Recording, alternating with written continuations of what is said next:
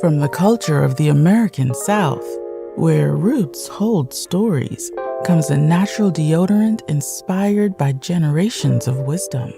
Introducing Rootwork, the all-natural, foundational Black American-based deodorant infused with the magic of High John the Conqueror root. Our unique blend, enriched with this legendary root, offers 24-hour protection, rooted in the power of nature. Embrace this deodorant that celebrates culture, history, and your well-being. Unlock the magic of Rootwork today. Experience the pure essence of nature. Visit rootworkstyle.com and make the switch to a healthier cultural choice. 2 years ago, we came here to Washington, D.C., shoulder to shoulder, with our voices raised in unison, demanding recognition, justice, and reparations. That moment was etched into the records of our struggle. And now, brothers and sisters, we are going to return here to Washington, D.C., not merely just to reminisce, but to reignite our spirit of determination, to amplify our voices, and to reaffirm our commitment to the cause.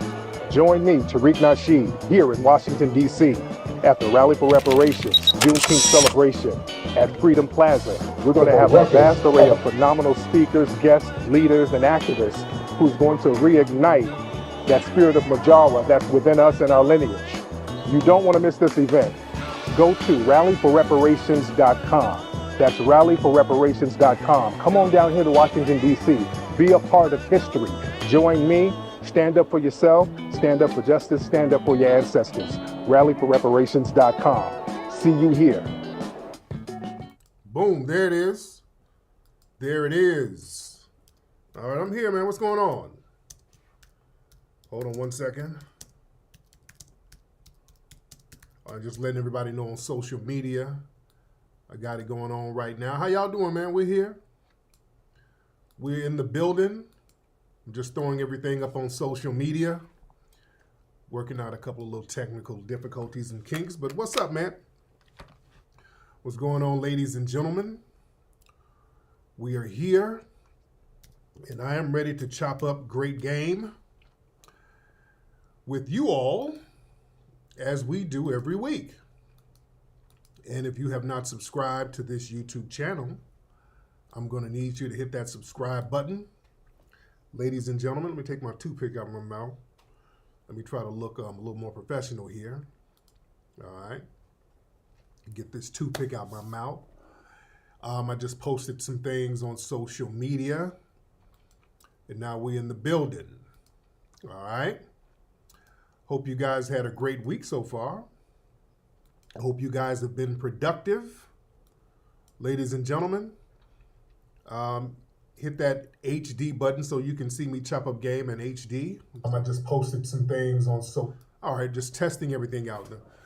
My color, the color seems a little strange. I don't know what it is. Something's going on with my color. I like things to be technically right. But listen, we're here. We're here, ladies and gentlemen. As you guys know, we're doing DC. Rally for Reparations. You see the Rally for Reparations shirt?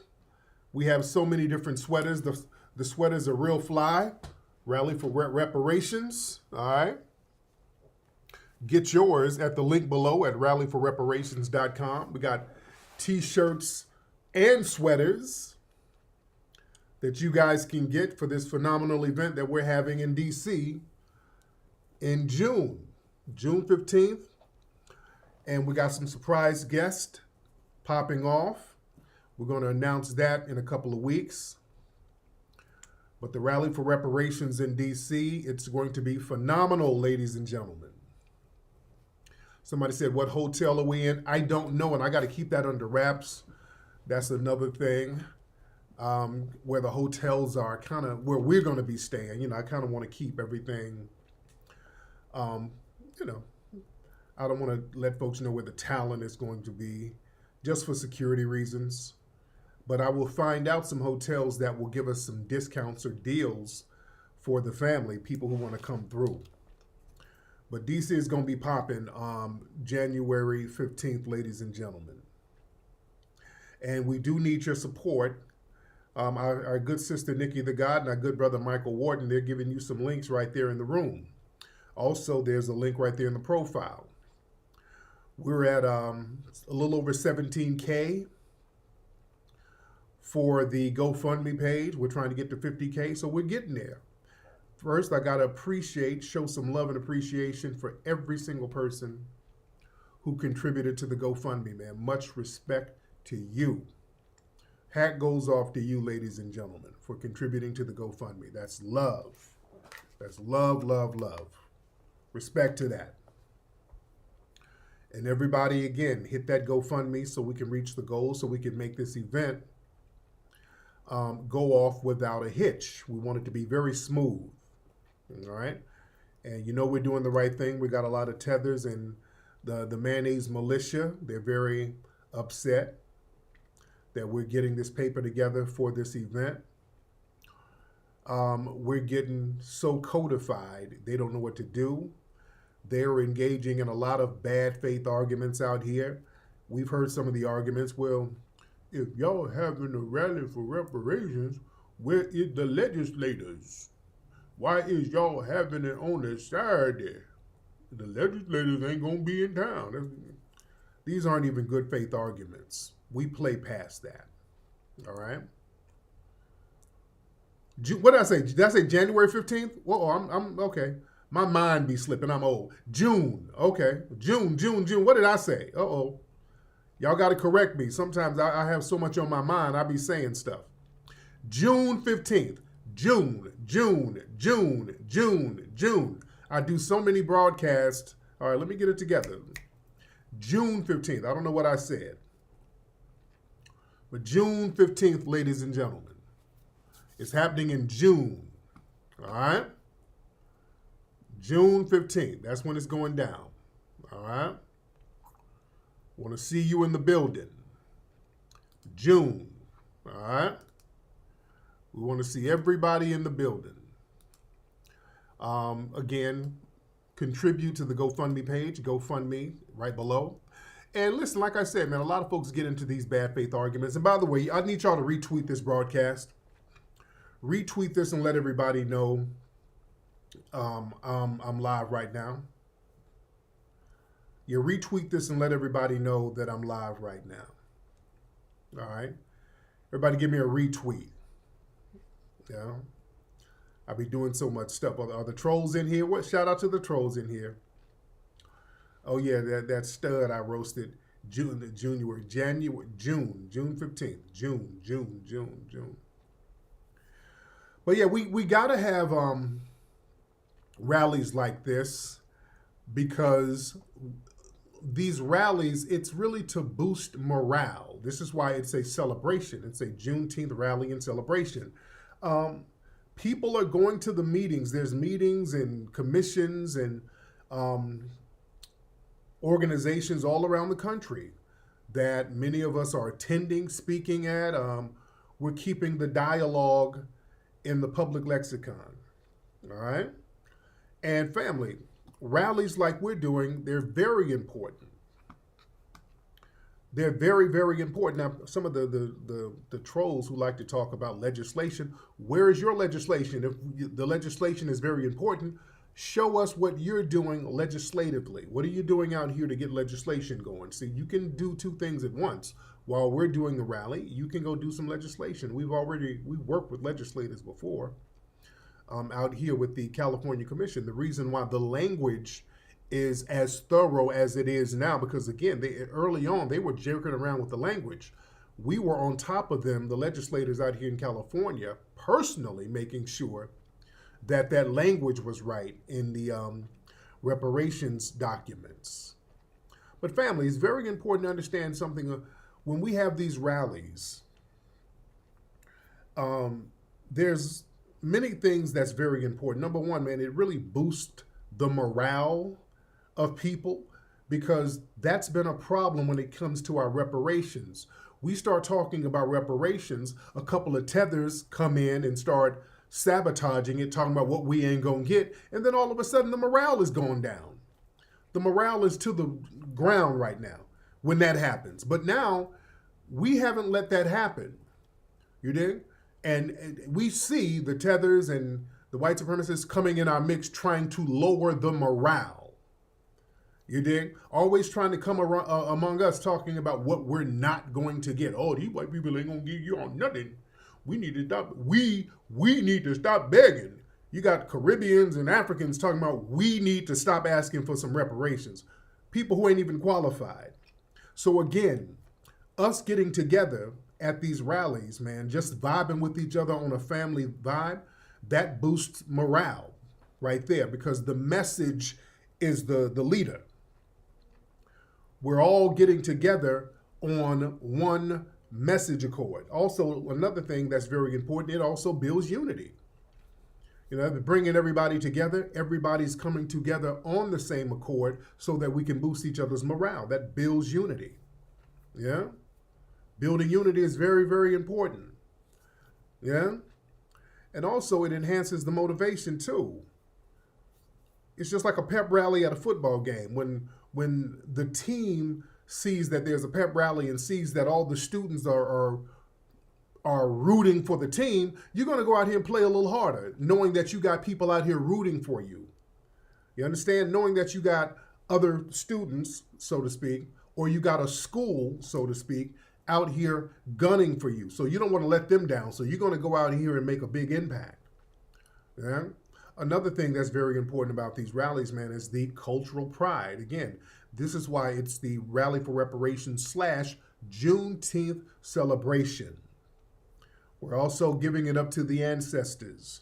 We're giving it up to our culture. We're calling on that ancestral energy to give us the strength, the power, the encouragement, and the protection. You see, this is very important, man. We got to understand the importance. Yeah? Zavon, I don't even know who you're talking about.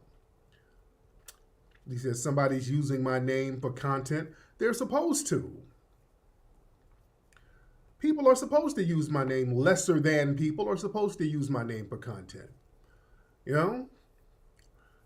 Hoes are supposed to uphold Max. Yeah, they got a leech. Leech has got a leech, of course. That's not a problem. That boosts my profile. That what they do, you know, when people make videos about me, they're saying how powerful I am and how powerful the message is. And they're trying to get some of that clout that they cannot get on their own. So yes, that's a compliment. I take it as a compliment. But going back to what I was saying, some of the reasons why we got to have the reparations rally. Another important thing it does, man, it creates positive memories, and that's a great thing, man. Just like the last one, that was done very last minute, and the memories of that were phenomenal, and that lasts, especially when you take your children. You know, this is something, you know, people start talking about this stuff for decades, just like the March on Washington years ago. That's still that was a movement that people are still talking about to this day. You know, you got people claiming to be at the March on Washington in 1963. So we're creating these cultural movements that's going to create these positive images and memories that can be passed down to the children. Yeah? That's very important. All right? So we need everybody out there in D.C. You think? Because the most important thing is us getting on code and solidifying and reinforcing the code. So when you get motivated at the rally, you're going to take that motivation and go back home to your local areas. And then when you see these reparations committees or certain meetings or certain town halls, you're going to go in there with that FBA spirit of getting reparations and tangibles, and you're going to shut down a lot of the BS they bring. That's why you see some of these meetings in certain cities when you have immigrants coming up. We're black and brown. We're all in this together. You're treating us worse than the blacks. Racism and anti-immigration goes hand in hand. And the black folks are like, hey, no, let's not do that. Black folks are going to these town hall meetings like, no, what y'all got ain't what we got on. What y'all got ain't, no, we ain't on what you on. We're not on what you on. We on something different. Yeah? We on something different. Yeah? So yeah, we go back to our local areas and you got that energy and you're shutting down a lot of stuff. Reign Supreme? No, Reign Supreme, absolutely not. Absolutely not, Reign Supreme. Yeah? Yes, indeed. But listen, again, shout out to everybody who contributed to the GoFundMe. This is why we need everybody to support the GoFundMe, because we're going to make history with this thing, man. We're going to make history. We made history last time. That was a big rally. This is going to be double that, because now we have a longer lead-in time. So we are really getting it organized a little bit better. You dig? And we're going to have the tighter security, all that stuff, and we're going to give people game plans. We're going to tell people what to do. We're going to give people the motivation. We're going to lace you with what you need to be laced with. We got some new up and coming brothers and sisters that we're bringing on. My brother Afro Elite, Black Alpha, some of the new cats, man. That's what I want to give them shine as well. Some of the up and coming brothers. And that's another thing, man. We want to start mentoring a lot of our younger folks and giving them platforms, man, to really do their thing, man. Some of our young folks who are really stomping for the culture, we got to give them the shine and recognition they need. We got to give them the shine and recognition. So it's going to be a vibe, man. And also, man, it's going to be a celebration of our FBA culture. Like I said before, man, I want to start doing like a Foundational Black American Festival every year. We need to do it every year. Just like they do the Caribbean Day Parade or the Puerto Rican Day Parade, all of these other folks have a cultural day of celebration, which is fine. We got to have our annual FBA celebrations. We got our holiday we celebrate, Rosh Hashanah, but hey, we need to just do it around June. Every June, get our thing popping and just go to different cities and celebrate our foundational Black American culture. Yeah. So we're going to have a great time in D.C. Yeah? We're going to have a great time in D.C. Yes, we are the culture. Shout out to Nikki the God in the building. Now listen, today's topic, and again, hold on, I need everybody. We need about 4,000 people in here. We almost got 3,000. We need about 5,000 people. People are coming in slowly, but y'all repost this on Facebook, repost this on Twitter. Let me give it another post real quick before I get started with the main topic. Hold on one second. Let me do a little posting real quick. Hold on. What am I doing? And while I'm talking, y'all can hit that GoFundMe. Where we at? Okay. Where we at? Okay. Hold on one second. All right. So hit that share button, ladies and gentlemen. Let everybody know that we are in the building. Let everybody know that we're live right now, ladies and gentlemen. Let everybody know that we are live and direct right now. All right. So what we're talking about today, I saw an interview that was very interesting. We're talking about, should adopted Black kids who are raised by those in the dominant society, should they be raised to view people as colorblind? Should they be raised colorblind? An MMA fighter, Michael Chandler, I think that's his name. An MMA fighter has some adopted Black kids. Has some Black kids he adopted.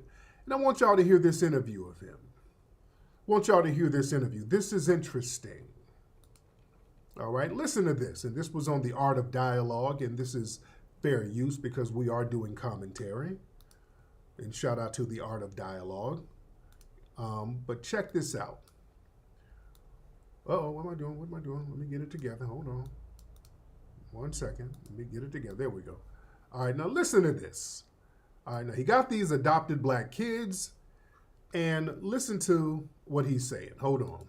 I'm raising children. I'm not raising Black men, I'm raising men. And whether you are black or I'm not raising black children. I'm raising children. I'm not raising black men. I'm raising men. And whether you are black or you are white, no matter what race that you are, there are certain things about being a man and being a good man when it comes to character and integrity and safeguarding the helpless and sticking up for those who need it and being a good man of reputation. None of that has to do with skin color. Everything has to do with the character of the man. And like I said, it's probably probably not an answer that some people would say is important, but that's where the world has gone, where we think that the most important thing about us is our skin color or our gender or our sex or our political affiliation or all these different identity politics or the identities that we put on each other, when really we're just human beings. Okay, I got a major problem with this. Okay, that sounds, on an esoteric level, it sounds honorable, but that's horse crap. No. See, Michael, yeah, he's an MMA fighter.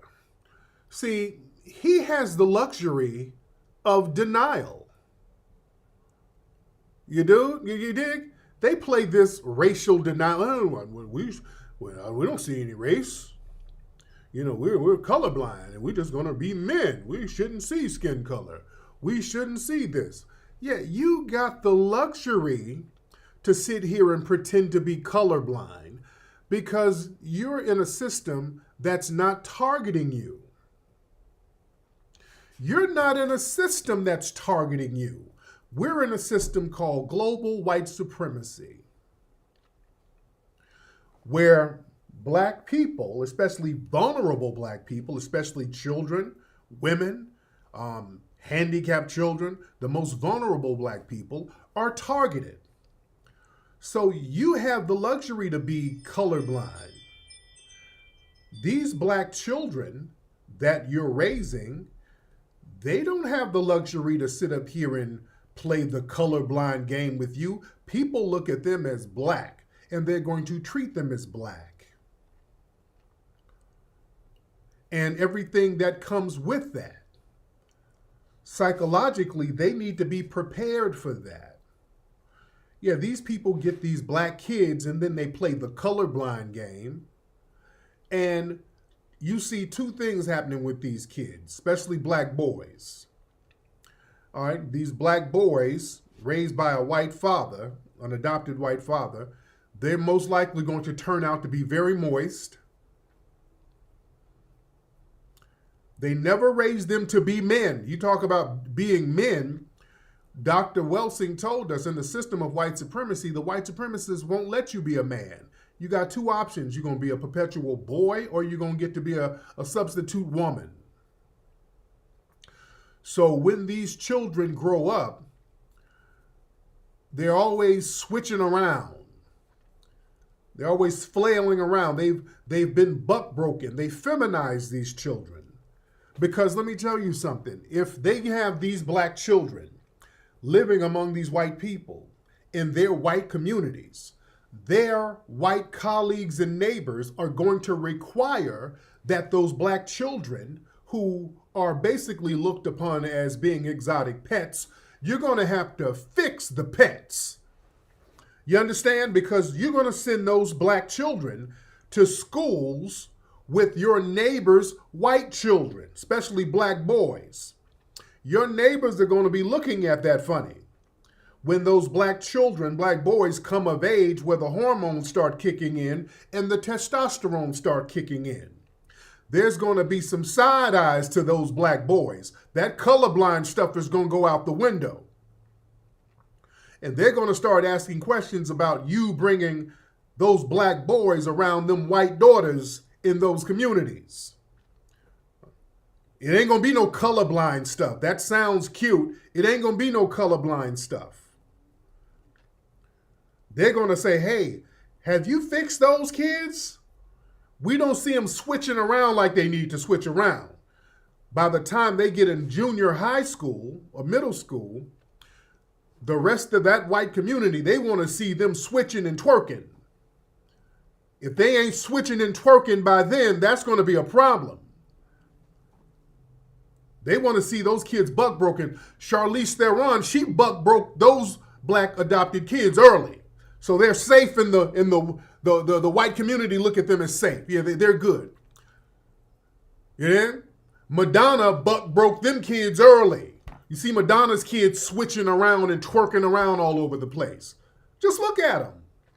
Show me a high profile, even non-high profile situation where a black male is adopted by a white family with a white male at the head of the household and that boy ain't switching around somewhere. Show me something. Give me an example. It ain't that many coincidences in the world where these black kids, they're raised in these white households and all of a sudden they're switching around. Angelina Jolie. Them black kids are looking funny style. All of them. Yeah? All of them. They talk that colorblind stuff. There ain't no colorblind. And also, where are they getting these kids? Yeah? And like I said, the boys are going to either be buck broken or they're going to turn them into hardcore coons, which is another form of buck breaking. Look at Jesse Lee Peterson. Jesse Lee Peterson, you know, people have been talking about his alleged sexuality, and we know that he's a certified Sambo. Yeah? But yeah, those kids are going to be running around here talking about, what about black on black crime? So yeah, that's a dangerous narrative to teach a black child, especially a black boy, that you should be colorblind and we're just going to raise you as men. You better prepare those kids. They have to be prepared. Yeah? They have to be prepared. Somebody said, why black kids? Well, they're trying to get that energy from them. And, you know, they'll adopt these kids. Sometimes they'll go to Africa, the Caribbean, trying to get that energy, that Majara energy. But a lot of these kids don't have that. They don't have the Majara energy because they're not foundational black American children. We're the ones who have the Majara energy. So, you know, they'll take a substitute. And in the dominant white society, I want y'all to understand, for them, black children, that's like a form of good luck. That's like a superstition within white supremacist society. Having black children around, that's like raising a black child in the house. That's like a form of good luck. It's some real sick stuff, man, that's been going on since slavery. It's real heavy. They prefer to get a foundational black American child because, you know, we have the Majara energy. We have a certain energy that other people don't have, and it's like good luck to them. These children, I would like to know where they're from. I would actually like to know where they're from. They do get these children from foreign nations. A lot of black people who are foundational black American, we don't really give our children up like that. You know, we don't really give our children up like that. Our children are taken away from us because foundational black Americans, it's not in our culture to give our children up. If we got a problem or something like that, we'll let a family member raise them, or a family member will step in. We got an aunt, uncle, grandma, granddad, cousin, somebody who will say, oh, no, we're not going to let those kids go to the state. No. They'll stay with us. That's part of our culture. We generally don't let our children become wards of the state because we know what that's about. We know that's how horrible that is. So these children, I don't know where they're getting them from. I don't know where they got these children from, but let me go look at this picture here. Hold on.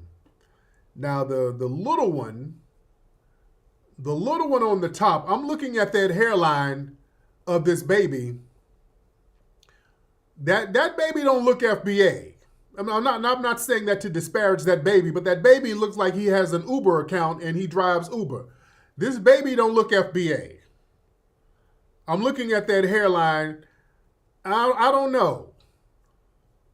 When I see a toddler with a low-key receding hairline, I'm like, okay, where's this baby from? So these might be, at least one might be foreign. The little one, I think that baby is foreign. And I'm not saying that to disparage the baby. Good luck to the baby. I want the baby to be safe. But that baby looks like he got some egusi soup in his bottle. All right? That baby don't look FBA. I'm just saying. And it looked like they're not taking them babies to black barbers. They're not taking them babies to a black barber. No, come on, man. This baby don't look FBA. Hold on. Let's be real. I'm not disparaging. I don't make fun of children. I'm not disparaging the baby. But this baby is looking like, hey, nigga, get off my lawn, nigga. This baby look like he want to cuss out some FBAs. The baby got the stomach and the hairline. That baby looks West African. All right? So where are they getting these babies from?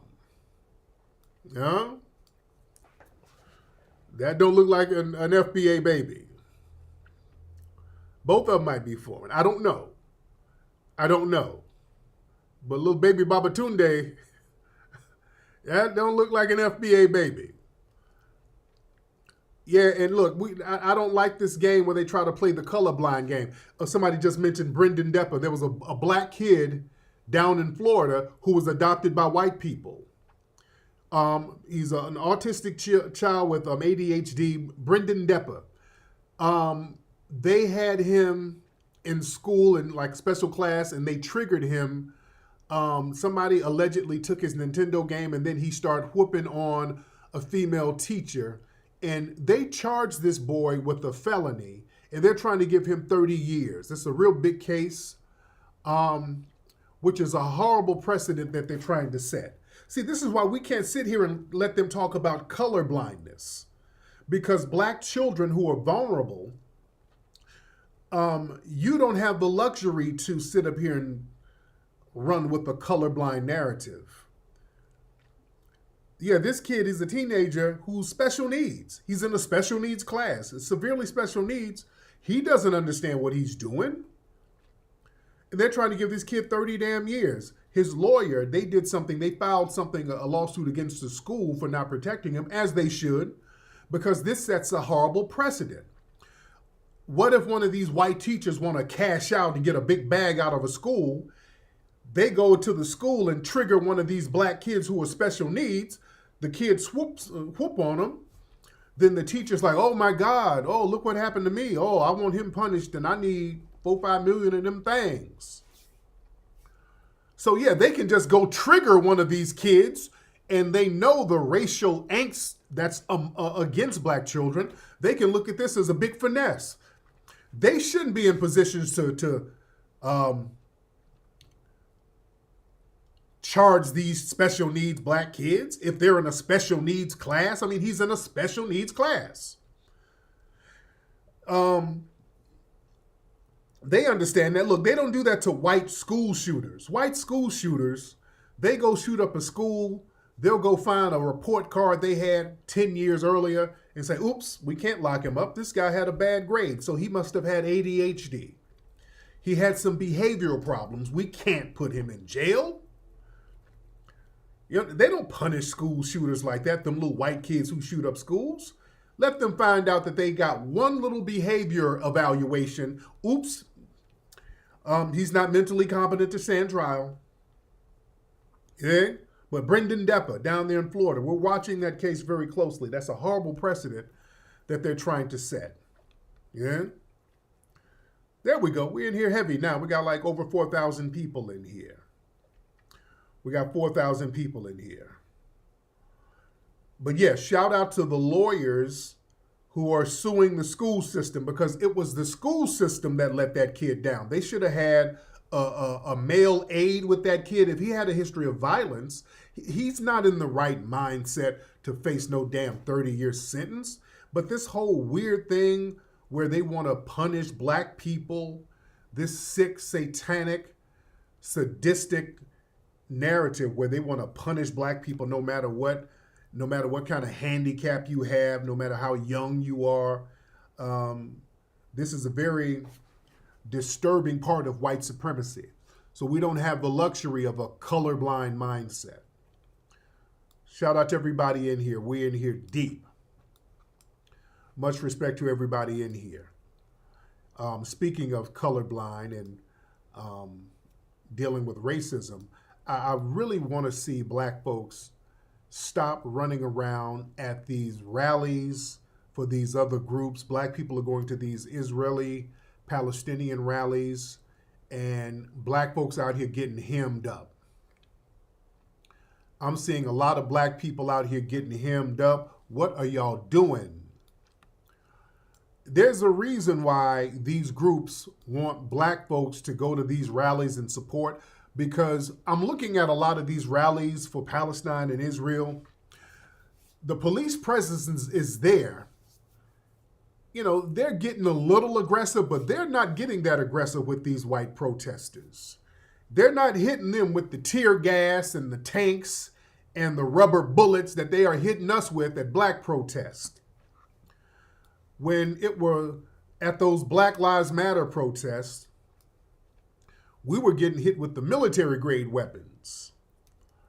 You know, we were getting hit with the tanks and the pepper spray and the gas and the, man, they were all the sound weapons.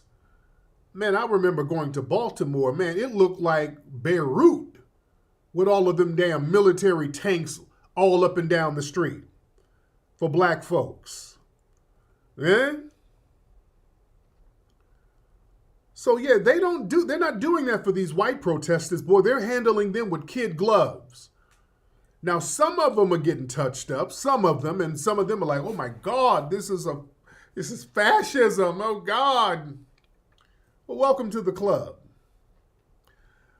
But the thing is, they want black folks out there because now I'm seeing they're getting one or two black people out there. The riot police will skip over about 100 white people to pick out a black person to hem them up. There was a situation where, let me share this. There was one situation at a protest where they found one black person and hemmed this brother up. The white cops got the black cops to hem him up, and it was looked like a white Latina cop doing a cavity search on the brother. Right here, this is Chuck Modi. He said, the police pulled down his pants. His brother, he looked like he was about 15 years old. They skipped over thousands of white people and went to this dude. They pulled him over and arrested him, the one black kid, and they're looking all up in his rectum.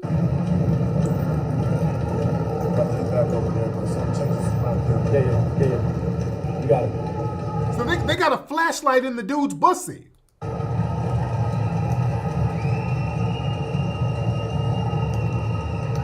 And the officer, the one kneeling down, that's a white Latina, I think. She's white something. What are they doing? I don't know. I was wondering that myself. What it is kind of humiliating. Yeah. It's humiliating. You're at a protest. Let's get the young black kid. It's always the young black kid. Get the young black kid, and let's pull his pants and put a flashlight up his ass. But then the white cops leave, and they leave it to the black cops. I see that a lot in D.C. So that's in D.C., okay. So they're straight doing a cavity search on this dude in the streets. So it's a white cop. Yeah, that's what black folks, don't take y'all asses out there, man. No. And I don't, somebody said that this guy might not have even been part of the protest. Yeah? Yeah, somebody said this guy probably wasn't even a protester. They just found a random black dude and say, hey, let's just stop him and hem him up.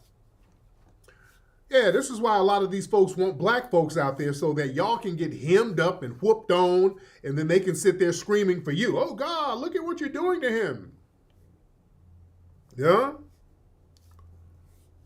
No. Black folks, chill yourself out. Don't be going to these random rallies, getting in other people's business. This ain't got nothing to do with us, man. You going out there letting yourself be a target. We ain't going out there to be no sacrificial lambs. Damn that. We got bigger fish to fry. Let them go out there and get whooped on. That ain't our fight. That's why they keep trying to drag us into that nonsense. Let them go out there and get whooped on. Let them get some pepper spray. They're very reserved about using all of them weapons on them protesters, man. They are not doing them like they do us.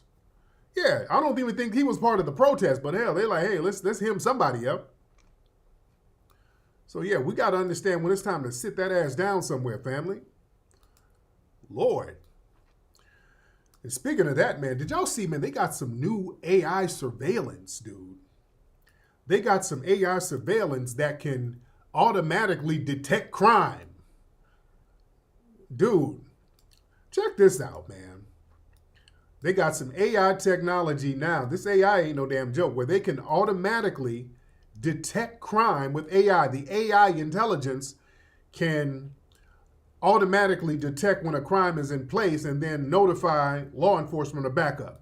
Check this out, man. This is heavy. And you know, they got it right in a black neighborhood, by the way. All right, it's right in a black neighborhood. Hold on. Fair use. Hold on. When seconds count, That guy, he's just cutting people. criminals may try. 1 Palisade Avenue for a stabbing in progress. But there's no outrunning this camera network.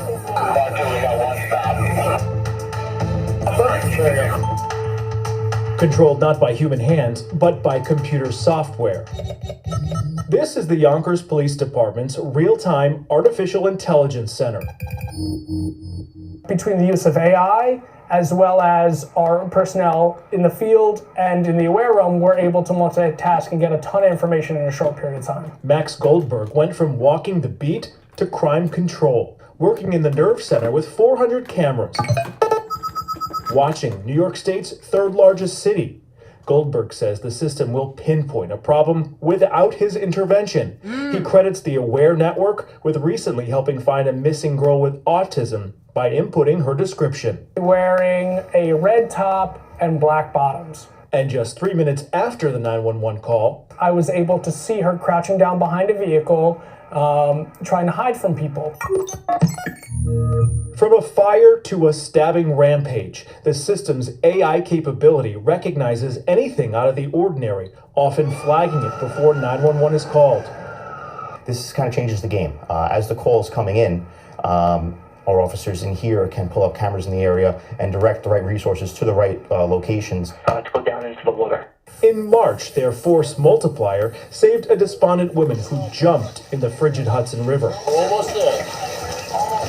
The dispatchers will be using it. Yonkers Police Detective Sergeant Frank D. DiMizio is confident about the future of crime fighting. Okay. Now, family, if they're telling you about it, that means they got it in other cities and they've been using it all along. All right? The minute when they do a news story about it, that means they've been doing this stuff all along.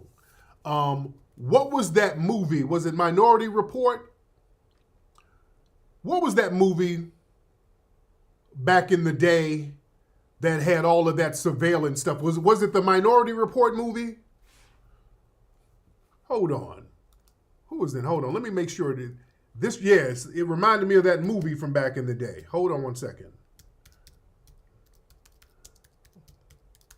Hold on. Was that movie with, no, it's another one. It's another one. Okay, it was another movie. Oh, it was another movie, guys, with Gene Hackman. What was that movie? No, not Minority Report. It was another movie. Enemies of the State. Right. Enemy of the State. That's what this is. Yeah? That's what this is. Enemy of the damn state. When did that movie come? Yeah, that came out in the 90s. Yeah, with Will Smith. Yes. Family, they done had this stuff, this technology for 20 years. Or probably more than that. They've been had this technology. This ain't new. They've been had this technology. The movie Enemy of the State showed you that. Everything they're telling you in this article, go look at the 1998 movie Enemy of the State. It's the exact same thing. Now, so if they're telling you about it, that means they've been doing it already. And what this also means is that they know when crimes are happening and they know how to let crimes go on. They've been had this. This is why when they really want to get somebody, they get them. And when they don't, they don't. Eh? Let me tell you something. They make you think that they catch a lot of these Negroes, these dusty niggas doing dusty nigger crimes, like on First 48. They have you thinking that they catch these cats because folks are snitching on them. No. They catch them because they got these cameras all over the place. They catch them because they got cameras all over the place.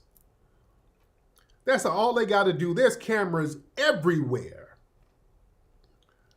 All they got to do is just go look at a camera, see where somebody went, and just follow them home and just follow their license plate. They can find anybody. Big Brother is always watching. Okay? So this is why black folks get caught within 48 hours. They use it on us left and right. It ain't because somebody's in there snitching. No, they go pull up them cameras and they find out who you were with, what you did. They can find you. License plates, the whole nine. And also, they can find everybody except people who do crimes against us. Now, when we get hate crimes done against us, all of a sudden, none of this technology works anymore. When we get a hate crime committed against black people, when they set a black business on fire, they set a black church on fire, they vandalize a black museum, all of a sudden the cops don't know nothing. Well, I don't know. We're gonna do some investigation. We're gonna look around and ask around. Fuck out of here. Yeah, y'all let certain crimes go on. Yeah. So yeah, don't let them run that game. They know who's committing crimes. They know what happens when folks are getting killed out here. And also another thing too, when you see all of this black on black crime in Chicago, when you see folks in Chicago and places like that get shot and they ain't no suspects, usually it's probably a white supremacist. When you hear about a black person or 30 black folks got shot during Memorial Day weekend in Chicago, it's most likely a white supremacist that they're protecting. They got too many damn cameras all over the place to not catch people. That article, that's why I wanted to show y'all that article. That's proof. These people know what's up. Most likely it's some white supremacists doing these shootings. Yeah? Yeah, with Jussie Smollett. Remember when Jussie made those claims that he got abducted by some white supremacists? All of a sudden, in Chicago, they got cameras all over the place. They knew Jussie's whereabouts left and right. You got a sandwich and you put mayonnaise on the sandwich. Oh, so y'all do know how to fight crime in Chicago. Oh, okay. So the Chicago police do know how to fight damn crime.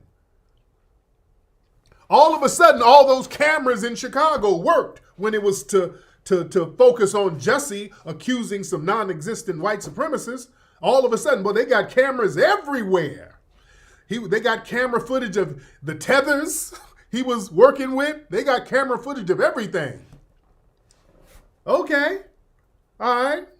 But yeah, when 30 folks get shot in Chicago, nobody knows nothing. All right. So yeah, they've been having this technology. They've been having it. And speaking of technology, let me show y'all something else. Hold on one second. Speaking of technology, ladies and gentlemen, hold on.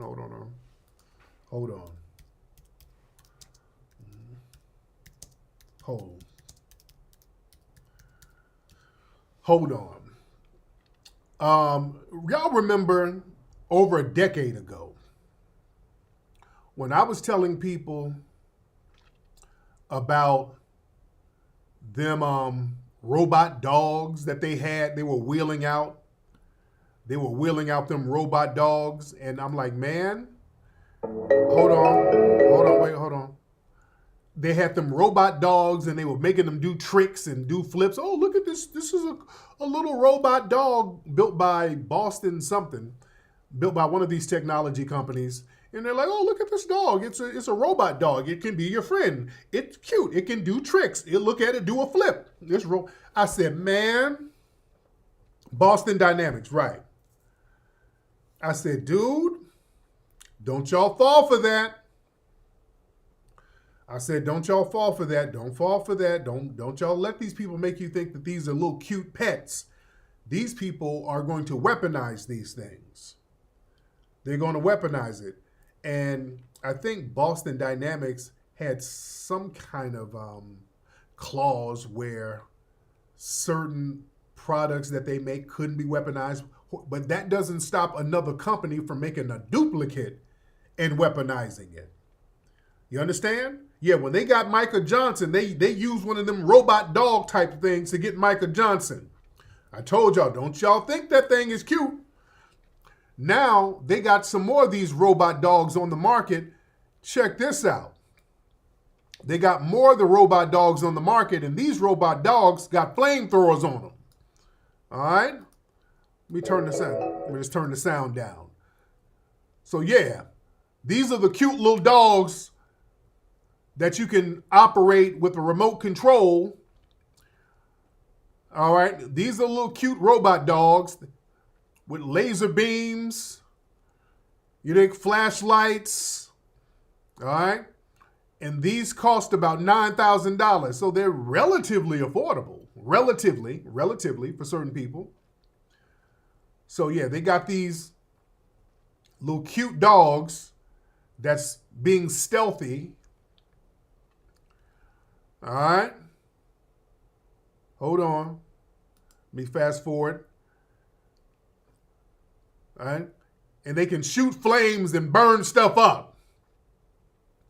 So yeah, these are the cute little dogs that they were wheeling out. I told y'all these were going to be weaponized. Straight up and down. Look at that. Man. So yeah, we knew they were going to weaponize them things and then try to put them right into the black communities. You know? So we need to build some of them damn dogs for protection. You know? Yeah, that's a doozy. It's a doozy, man. Shout out to everybody in here. We almost got 5,000 people in the building. Shout out to everybody in here. And if you're in here, ladies and gentlemen, hit the link right there. There's a GoFundMe link. Everybody contribute to the GoFundMe page for the Rally for Reparations that we're having in Washington, D.C. Let me see where we are with it now, with the GoFundMe. Let me take a look at it. We're at, let me show y'all where we are now. Right now, family, we are at 17K, almost 18,000. So everybody give a contribution. Let's get to 20 grand tonight. Man, let's make it happen tonight. Let's get to at least 20 grand by tonight. There's 5,000 people in here. Everybody in here put 10. Hell, if y'all put 10, we'll get to our whole goal. If every single person in here put $10 on the GoFundMe, we would reach our goal immediately. But hell, half of you put a 10 on it, we'll get to 20K, a little over 20K. Just making it do what it do. Making it pop off. I want to see everybody in the building in Washington, D.C. I put up a clip earlier on my Twitter page of some sisters from a group called the Three Degrees. Actually, we also have a picture of these sisters, the 3 Degrees, at the Hidden History Museum. Very lovely sisters. This is an interview from 1975. I want y'all to see this interview and how classy the sisters in the music industry carried themselves back then. Look how classy the sisters were. These are some FBA sisters Because now, what we got now, we got a lot, what they do, they'll elevate our ratchets, and then we get a lot of non-FBA folks that they parade around in the media now with a lot of degeneracy. But I want y'all to see how elegant these lovely FBA sisters were back in the day. This is an interview of these sisters from 1975. All right. This is from 1975. And the reporter kind of asked them about, did they want to smoke? And they were like, no, that's not ladylike. Look at how these are our mothers and aunts from my generation. These were the women who kind of raised us.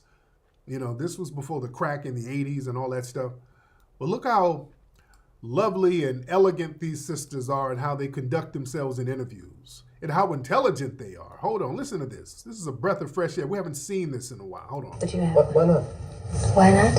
Why just don't think? Hold on. But you have. Why not? Why not? Why just don't think it looks very ladylike? How does a lady look then? How does a lady look? No, it's one of our policies never to smoke on TV for the effect it has on younger children. Is that so? This is the Women's Liberation Year. What do you think about women's liberation? Right on. What do you mean right on? Well, I think it has had a very decisive effect on the discipline of the male mind. Because knowing that women are more liberated, men become more introvert. You read the book, I understand. I have read many books, I understand. What about your music, Valerie? Again, I'm so concerned about you, that's why. I understand. Valerie, what about your music? The three of you. What about our music? Yeah. Well, where do you get it from? I mean, your hit records, your hit songs and everything. Well, do you dig it up from your mind or do you compose it yourself? I wish we had the time. But you have. Why not? But I like that interview, man. It's just to see our FBA sisters say, you know what, no, we don't want to smoke on camera. We got to be very cognizant of, how young people see us. That's that FBA class. That was beautiful. Those are our mothers and aunts, man. That's how they used to roll. You see that? The 3 Degrees. They were on the Sanford and Son episode. Oh, we got a picture of them at the museum. Those were some lovely sisters. Real fly. Real fly. You know? There was a code, family. Naturally fine sisters. Yeah, they had their wigs on, but naturally fine sisters. But there was a code that we had, family. There was a code. We're coming out of the civil rights movement. So we understood that we had to have a code. We got to conduct ourselves because we understand that children are watching. So as adults, we have to carry ourselves a certain way so that we can be a positive influence on the children. You dig? Notice the reporter was trying to get them to smoke. They're like, no. We're not, no. We got to be ladylike. We're not going to do that. No. Stunning, classy, intelligent. You understand? Soft, feminine. Yes. That's how our FBA sisters would roll.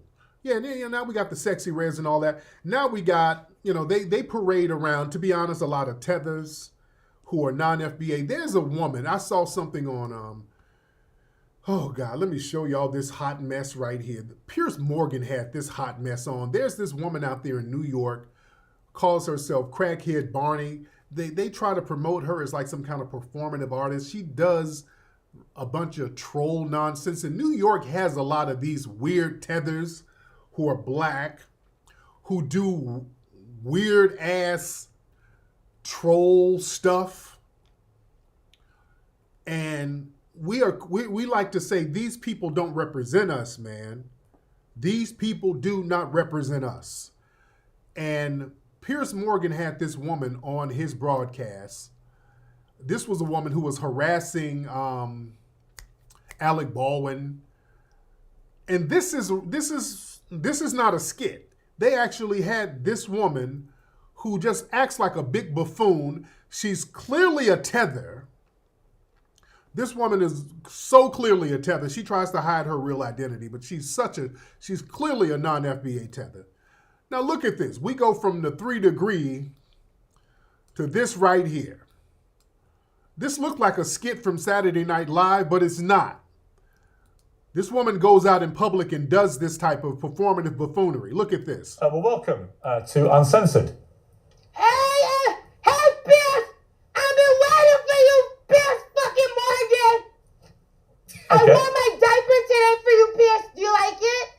Not particularly, no. Do you want to sit down? And Pierce, can you bring me to Buckingham Palace? I would like to meet the Queen. Well, I'll tell you what. I'd really like to meet the Queen. I don't think the Queen, if you mean Queen Camilla, she is probably tied up with royal engagements at the moment. If you meant the Queen who died... Get me in, Pierce. Yeah. Get me fucking in, Pierce. I want it. Okay. Can I take you back, if I may, to what you did to Alec Baldwin? Can you explain why you did it? What did I do to Alec Baldwin? Pierce, do you see the damage that Alec did to me? Do you see the damage? Look at my arms. Look at my arms, Pierce. Look at my neck.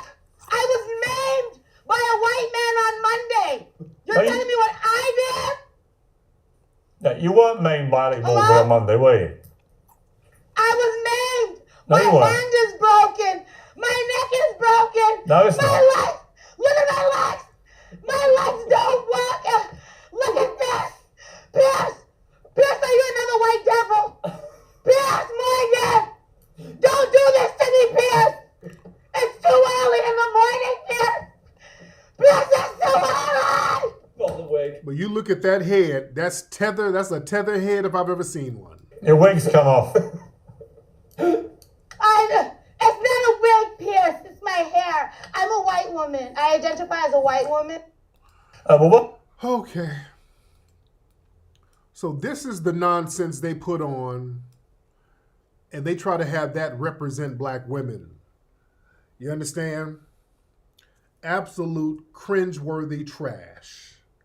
And yeah, and we're not letting Pierce and those guys off the hook because his suspected white supremacist mindset, having that on, you understand? That degenerate nonsense. Shout out to everybody. We got over 5,000 people in the building. We got over 5,000 people. See, that's what I don't like. I don't like these tethers who come over here within our culture and do all of this performative buffoonery.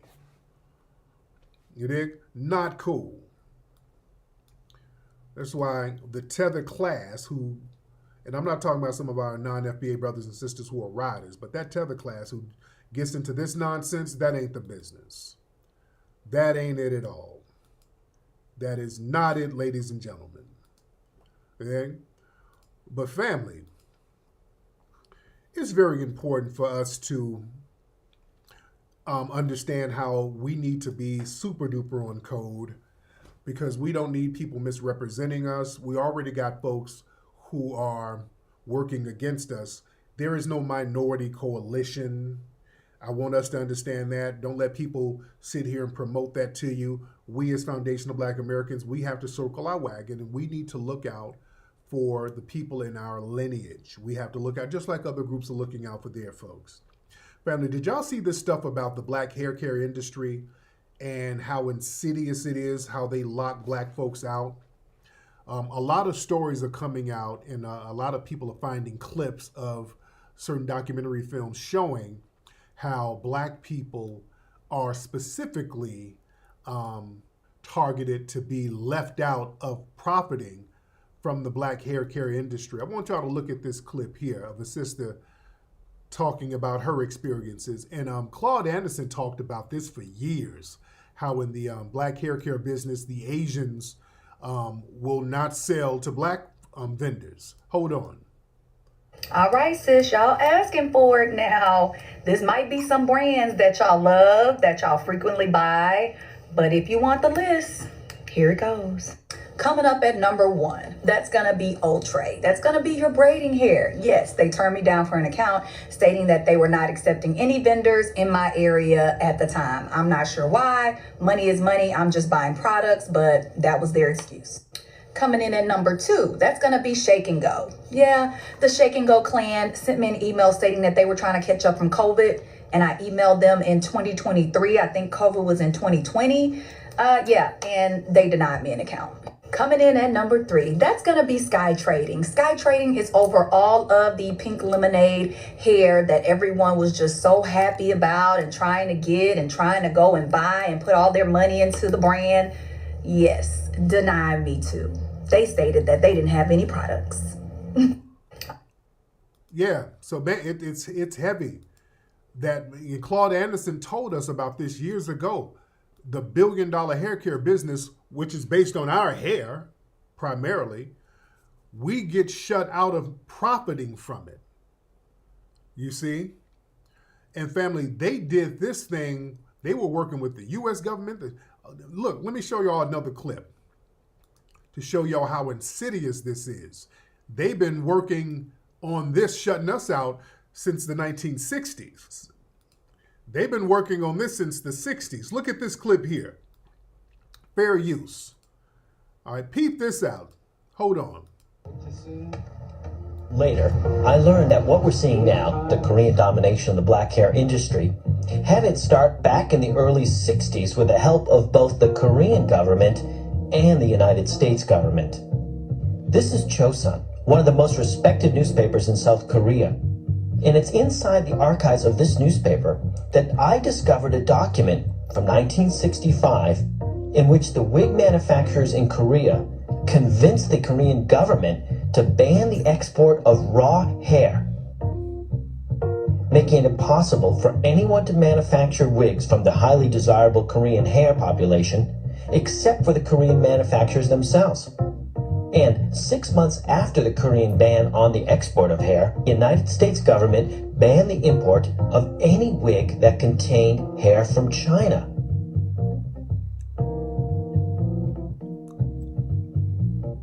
So yeah, don't be fooled. This ban on Chinese wigs virtually locked in the wig business for these South Korean merchants. So it seems that what we're seeing today, the Korean domination of the black hair industry, had its start with the help of both the Korean and the U.S. government. Yes. Almost 40 years ago. Yeah, so the government helps these people, man. The government helps these people. Don't let them run around talking about pull your damn selves up by your bootstraps. The government has been helping them people all along, man. Black people, they've been getting assistance. You know? We better understand the game. We got to start working around that type of stuff. Family, black folks need to start traveling over. If you want hair, and look, I'm not knocking hair. If people want hair, you want hair. You want to change your look, you got a right to do that.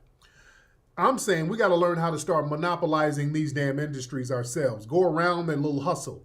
Go over to Malaysia somewhere. Go directly to Malaysia, Bali, get hair from them. Go to another Asian country and work with them and get hair. Oh, can y'all hear me? Well, get in?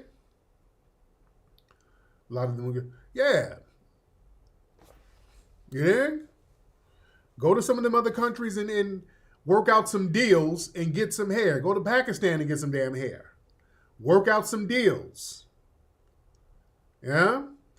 Somebody said we need to promote natural hair. That's one option, but we should have the option if we want to wear a damn... Sisters want to wear a weave. I don't weave shame.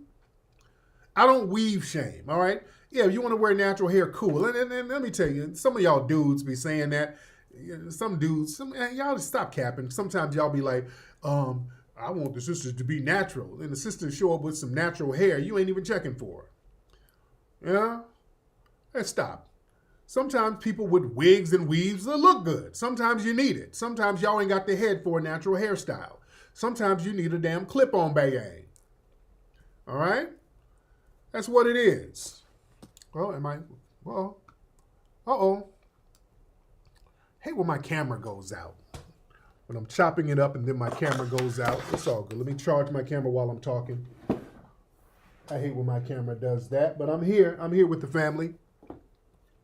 I'm still here with you, fam. I'm still here with you. Hold on, let me put on my backup cam. Hold on one second. I'm still here with you. All right. I'll put my backup cam on for the family real quick while we're chopping up game. Ladies and gentlemen, bam. I'll do my backup cam for you. Not as crisp as my other cam. I don't like this cam. But I'm here. I'm here for you. I'm here while my other cam is charging up. Can y'all see me now? Can y'all see a player? There you go. Yes. the natural hair is good. Some people look good with the natural hair. Some people do not look good with the natural hair. All right. Some natural hair looks good. Some of your natural hair, you know, people like Cynthia G, and no, you need something. Some of you got alopecia. Some of you ain't got no edges. All right. Some of y'all walking around this bitch looking like Mr. T.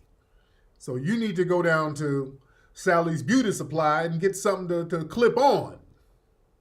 All right? No hate. Not hating at all. I got my little janky camera. I got my backup camera, but I'm here. And by the way, get y'all Rootwork deodorant. Rootworkstyle.com. Rootwork deodorant. Rootworkstyle.com. Go to rootworkstyle.com, ladies and gentlemen. Rootworkstyle.com. All right? Rootworkstyle.com, ladies and gentlemen. We got a lot of people in here, man. I'm very excited about Microphone Check, man. We got a few weeks left for the movie Microphone Check. It's going to be in theaters and select theaters nationwide. Got a few weeks left. I cannot wait, ladies and gentlemen. Microphone Check is going to be on and popping. You do not want to miss that film. Microphone Check is a doozy. It is a phenomenal film, ladies and gentlemen. You do not want to miss it. Yeah? Yeah, dudes be sitting up. You know, I like women with natural hair. And y'all be at a strip club tricking off your money on the chick with the biggest bundles. All right? Yeah, I don't shame weaves. Ain't nothing wrong with a weave if you got it in right. There's nothing wrong with a weave, nothing wrong with a lace front, nothing wrong with all of that. Sometimes y'all need it. Yeah. Sometimes you need it. Yeah. And sometimes your natural hair look good. Sometimes, you know, some girls got the natural hair, it looks good.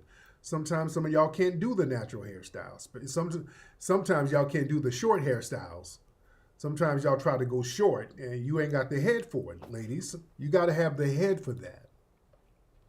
Some of y'all heads ain't built for a short hairstyle. And y'all try to get one of them little short Holly Berry cuts. And, you know, it's not looking the way you think it looks. You walking around this bitch looking like Baby Bop from Barney. All right? So it doesn't work for you. You know? But listen, everybody go to microphonecheck.com. Get your tickets for the movie Microphone Check. Microphone Check is a doozy. You don't want to miss that film, ladies and gentlemen. It's coming to theaters in Detroit, Oakland, San Diego, Los Angeles, Indianapolis, Colorado, Denver, Chicago, New Orleans, Atlanta, Washington, D.C., in New York City. Get your tickets now because it will be sold out. Get your tickets now. You do not want to miss this film. It's a phenomenal, phenomenal film that breaks down our history and our culture, ladies and gentlemen. Speaking of our culture, have y'all been seeing these videos about these people? A lot of these tethers on TikTok trying to talk about foundational Black American culture, talking about we don't have culture and all of that. And they've been getting checked. A lot of these people have been getting checked. And shout out to some of the brothers and sisters who are over there telling the truth. Because you got a lot of these folks sitting up here trying to talk greasy. This one brother right here, people are giving him props, and a lot of the tethers are mad at this brother because he's a Nigerian brother. And he's telling the truth about the culture over there. He's actually telling the truth. Hold on one second. Where's my thing? Where's my thing? Where's my thing? All right, hold on. Where we at? Hold on. Hold on. Let me get this going. Where we at? Where we at? All right, let me get this going real quick. So I think I'll be having technical difficulties. All right, this brother right here. Now check this out. This brother is speaking truth to power. He's a Nigerian cat, and he's telling the truth about the culture there. Because people try to shame us and talk greasy, but This brother's telling the truth. Hold on. Nigeria as a concept didn't even exist until about 6 decades after slavery ended in the United States. So if you were to ask your ancestors that suffered through the Middle Passage about this thing called Nigeria, they would look at you like, bro, what the fuck are you talking about? In fact, it wasn't until about the early 1900s that Lord Lugard, on behalf of England, took out his little African map and said, okay, the Belgians took the Congo River, we'll take the Niger River, and we'll leave France with the desert. And so Nigeria was born, and similarly so, essentially all other African states. And today, people so strongly identify with these concepts of nationality, which is not inherently negative, but you literally have Africans telling African Americans that they don't know where they come from. Bitch, we barely know where we come from. Nigeria is a made-up concept. It was crafted in 1914. I was at its 100th birthday. And since then, the British have been putting our art in their museums, putting our fuel in their cars, beating us for speaking our language in schools, and telling us praise be to Jesus and God save the fucking Nigeria as a concept didn't even exist. Yeah, now my brother is very sassy, but he's speaking the truth. Yes, he's very sassy. Yeah, but he's speaking the truth. He's speaking the truth. Yeah, people, that's why I don't let people shame us. Nobody's going to shame us. Boy, my shirt look tight, don't it? From this angle, yeah, from this camera angle, man, my shirt looks tight. Look at this. This shirt hits hard, man. Man, this shirt looks tight. I need to show y'all the whole outfit, man. I got a whole outfit on. Hold on one second. Hold on. I got the whole outfit on, by the way. Look, let me show y'all the whole shirt. Boom. Hold on. I got a whole outfit going on, man. I'm doing what it do. Look at that. Look at that, man. Look, you can rock this to a club. You know, I got the whole outfit on, ladies and gentlemen. Look at that. But get your shirt at rallyforreparations.com. Get your sweaters, man. Get your sweaters right now. I just noticed how tight my shirt looked right there. I like that angle. From that angle, it looked real tight. But listen. But you got these people who get on TikTok and all of this stuff. There's this one lady, they've been on this woman's bumper. I think she even deleted her TikTok. They've been on her bumper because she's made a bunch of videos criticizing foundational Black American culture and criticizing our food, talking about how she's over in the UK talking about how Black Brits, how much better their food is than foundational Black American food. Hold on. And people have been on this woman's bumper. All right. And she does these videos wearing do-rags, which is part of foundational Black American culture, by the way. Hold on. So listen to her. Hold on. Our food is top quality because we have culture over here. No one wants to appropriate Black American shit, you understand? There is so much to unpack here. She is very upset with the United States. So we'll start with food, because I was very curious. What do Black Brits cook, if there's anything different? We yam good food like curry, goat and rice and them things there, and a goosey soup, you understand? Okay. She said curry, goat, and rice. That's Caribbean. All right. And that's what the brothers and sisters from the Caribbean brought over. And when I go to the UK, when they allowed me to go over, that's what I would eat. Because some of that UK food is horrible. Kinda. I'm not very fluent in British, but I'm pretty sure she said like curry and rice and soup. Yeah, we have that in the US. And that's how I know for a fact you've never been to the United States, because that's the food you're flexing. That's the food you rank at the best. I couldn't imagine the food that you consider mid. It's like a well-documented thing. There's entire series on it. Americans try British food. We don't like it. We think it's bland and kind of gross. And it looks weird. And then Brits try American food and fall in love, especially soul food and Texas barbecue. You motherfuckers were well-traveled and well-cultured. No. You just tried flexing rice and curry. You can't tell me anything about being well-cultured and well-traveled. Clearly you're not. As far as appropriating Black American culture, I'm pretty sure Nike Air Jordans and Nike tracksuits are huge throughout all of Europe. And it'd probably do you some good if you did appropriate a little bit more. Your hip-hop sounds like, and a foo-foo, and a boo-boo. Sounds like my first car. I'm ready for the dum-dum. Here comes the dust, and a boo-boo. Like, what do you even have to rap about over there? Okay. And shout out to my brothers and sisters in the UK. I know this woman is not y'all representative, and I got a lot of love. People over there show me a lot of love. You dig? But, the folks who try to flex, she clearly has. She's never been over here. People try to say stuff about our culture, and then you start talking about your culture, your goosey soup, and all of these dishes that ain't nobody really rocking with like that. Yeah. Dude, our culture, foundational Black American, man, our culture is so vast everything about American culture is foundational Black American culture. Everything. And you know what's interesting? Everything we do, they try to credit it other people. Everything we create, they try to weasel other cultures in it and give them credit. Just like with jazz, we created jazz. They tried to give Italians the credit. Notice whenever we look at our culture, we do something, and then they try to give credit to somebody else for giving it to us. What they do don't sound nothing like what we do. When they try to give Italians credit for jazz, which is horse crap, how come don't no Italians make jazz like we do and never have? You understand? A lot of other genres, they try to say we got fried chicken from the Irish. How come our fried chicken don't taste nothing like no damn Irish food? How come Irish people don't make no good fried chicken? Name the Irish fried chicken place.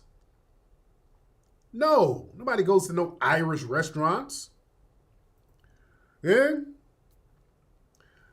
They're always trying to, hip hop came from the, no, it didn't. No. Even some of the other cultural things that we've done, our FBA sisters doing the double Dutch. They try to say, well, you know, the Dutch immigrants would come over and jump rope and all of that, and we got it from them. How come you don't see them doing that now? How come when we see double Dutch, it's only foundational Black American sisters knocking that out the box? You don't see no other groups. The people in the Netherlands don't do no damn double Dutch. They don't jump rope like the FBA sisters.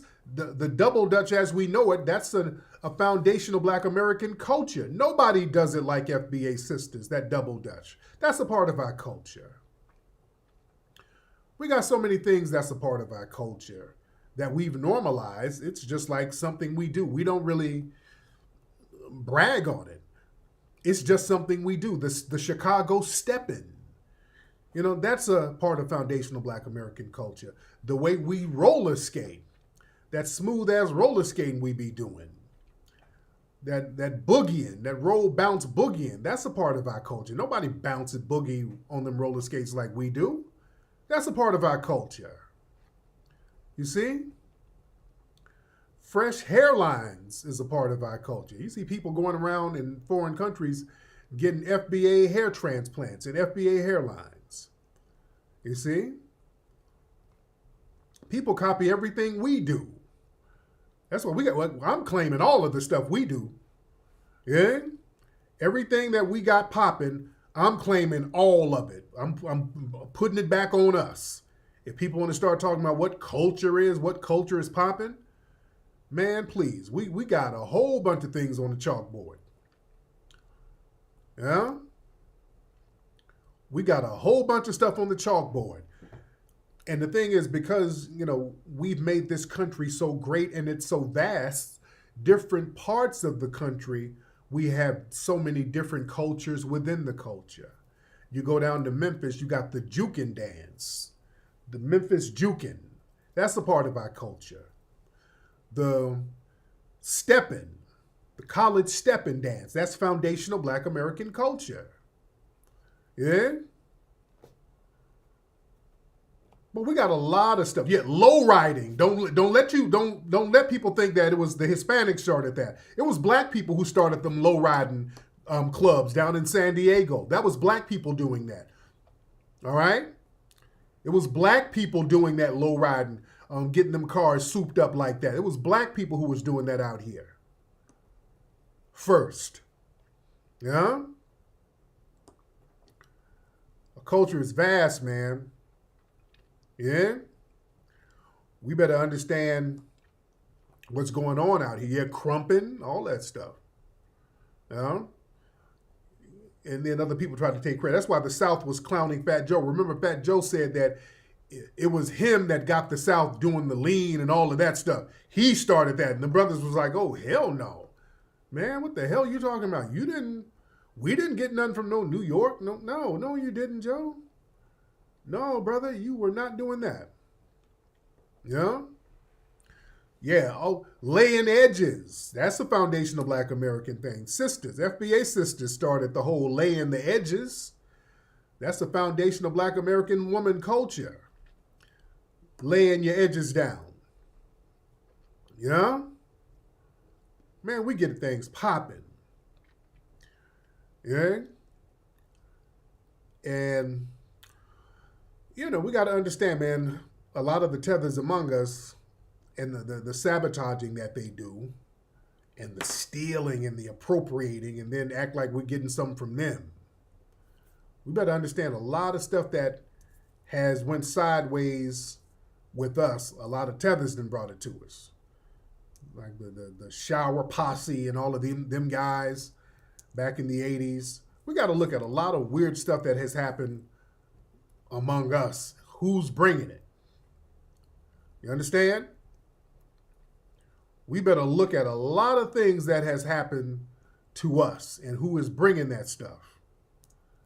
And look at the role of tethers. You see? Let's start looking at what the tethers are bringing and what they're taking away. We got to start looking at what are the tethers bringing as a form of value and what are they taking away? Not a lot of value. They're taking away a lot of stuff. Y'all better start looking at a lot of things out here. Y'all better remember some of our icons. Michael Jackson, remember, Michael Jackson got taken out by a tether. Y'all look at that. That Conrad Murray dude, the dude who basically killed our brother, our FBA icon, Michael Jackson. Remember, it was a tether who took our brother out. We got to start looking at stuff like that, family. You there? We got to start looking at stuff like that. Yeah? Who's doing the bidding for certain people? See, we've been underestimating tethers for a long time, man. We've been underestimating folks. And they'll do things for other people that we won't do. You understand? Just something to think about, family. Just something to think about. Yeah, finger waves. Yeah, we made finger waves pop off. Ralph and those guys had regular waves, but the finger waves, Rodney O and Joe Cooley and those dudes, you know, back in the 80s. And shout out to Rodney O. Rodney O was getting his just due. Shout out to Rodney O. That new song with Kendrick Lamar and Future. What's that song? It's a hot song. I like that song. But they sampled Rodney O and Joe Cooley's Everlasting Bass. And man, I'm proud of Rodney. Rodney's getting his just due because that was always a hot song. And the song didn't even chart back in the day. It was like more of an underground West Coast song. And I love that song. I used to play that song when I DJ'd. And yeah, my man, 30 years later, he's getting his. So it's being played all on the radio all over the world now. And my man, he probably has at least 50% of the publishing on that. So shout out to Rodney O and those guys. Yeah, Like That. The song is Like That. Yeah. The song is called Like That. And they sampled Rodney O and Joe Cooley's Everlasting Bass. That song came out in 1987. And Rodney O, that's a West Coast legend. We got to give that brother his props and his shine. I think we got some on them in the museum, by the way. Yeah, but they were rocking the finger waves, doing that thing. When Microphone Check comes out, we're going to do a West Coast version. I always talk about we're going to do a West Coast version of Microphone Check. And that one's going to be easy because I know that's going to be like a family reunion. But anyway, man, let me get up out of here, man. Let me go in here and see what these kids are doing. Let me see what the babies are doing in here before it gets too late. Ladies and gentlemen. But go to the link right there, the GoFundMe link, and contribute to the GoFundMe for the Rally for Reparations. We need all hands on deck. We're making it happen. Ladies and gentlemen, we're making it happen. And go to microphonecheck.com. Get ready for the movie Microphone Check. Get your tickets for Microphone Check. It's going to be a hot summer, man. We're going to make the summer hot with a lot of good information, a lot of FBA pride. We're doing our thing, man. And then get your shirts. Go to Rally for Reparations. Get your shirt, man. We got a lot of great merchandise. Wear your shirts, man. Get your shirts. Look how fly I look in my sweater. You can look fly too, damn it. So get your shirts, sweaters, T-shirts. Get yours, different colors, sizes, man. It is what it is. All right, I'm up out of here, man. It's been real. Puppy Akute, Lila Vuve to the family. Y'all